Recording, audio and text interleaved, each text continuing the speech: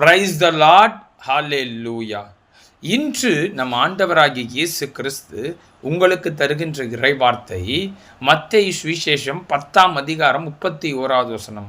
பயப்படாதிருங்கள், அநேகம் அடைக்கலான் குருவிகளை பார்க்கிலும் நீங்கள் விசேஷித்தவர்கள். ஆமென்.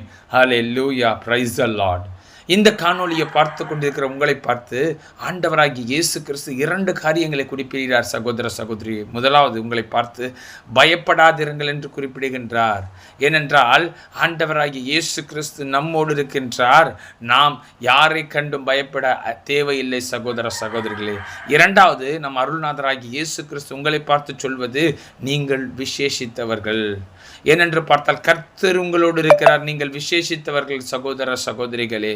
இதை நாம் வேதத்தின் வழியாக தியானிக்கும் பொழுது யாத்திராகமம் 33ஆம் அதிகாரத்திலே கர்த்தர் மோசேயின் இடத்திலே சொல்கின்றார், நான் உங்களுடைய கூட வரமாட்டேன்.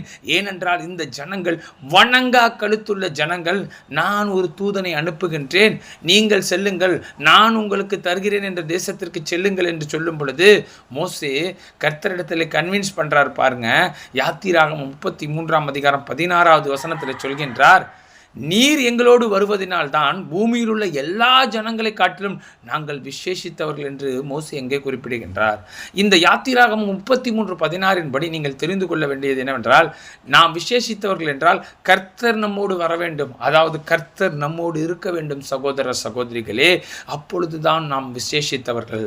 இந்த காணொலியை பார்த்து கொண்டிருக்கிற உங்களை பார்த்து ஆண்டவராகிய இயேசு கிறிஸ்து சொல்கின்றார், மகனே மகளே, நீ பயப்படாதிரு, நீ விசேஷித்தவன்.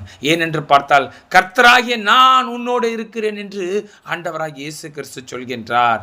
நாம் கர்த்தரை நம்மிடத்திலே வைத்து அவருடைய பிள்ளையாக நாம் வாழ்ந்து அவரோடு உறவாடுகிற அனுபவத்திலே நாம் இருக்க வேண்டும் சகோதர சகோதரிகளே. அதற்கு நாம் என்ன செய்ய வேண்டும் என்றால், ஒவ்வொரு நாளும் ஆண்டவராகிய இயேசு கிறிஸ்துவோடு உறவாடி, ஒரு தகப்பன் தன் பிள்ளையோடு பேசுவது போல கர்த்தர் உங்களோடு பேச வாஞ்சையாய் இருக்கிறார் சகோதர சகோதரிகளே. நாம் இயேசுவுக்கு இடம் கொடுத்து அவரோடு தினமும் மன்றாடி உறவாடி ஒரு தகப்பனை போல இயேசுவோடு நாம் செல்வோம். நாம் இயேசுவை நோக்கி ஜெபிப்போமா? ஸ்தோத்திரம் தகப்பனை, துதிக்கிறோம் அப்பா. அப்பா, இந்த காணொலியை பார்த்து கொண்டு நம்முடைய பிள்ளைகள் விசேஷித்தமானவர்கள் தகப்பனே. அப்பா, ஏனென்று பார்த்தால் நீங்க அவங்களோடு இருக்கீங்க தகப்பனே. அப்பா, இந்த ஞாயிற்றுக்கிழமையில தகப்பனே, நம்முடைய பிள்ளைகள் ஒவ்வொருவரையும் நீங்க ஆசீர்வதிக்கிற கிருபைக்காக நாங்கள் நன்றி செலுத்துகிறோம் அப்பா. நீரே பொருட்படுத்தி வழி நடத்த வேண்டும். இயேசுவின் நாமத்தில் ஜெபிக்கிறோம் பிதாவே. ஆமென், ஆமென். Praise the lord. ஹல்லேலூயா. கர்த்தர் தாமே உங்களை நிறைவாக ஆசீர்வதிப்பாராக. ஆமென்.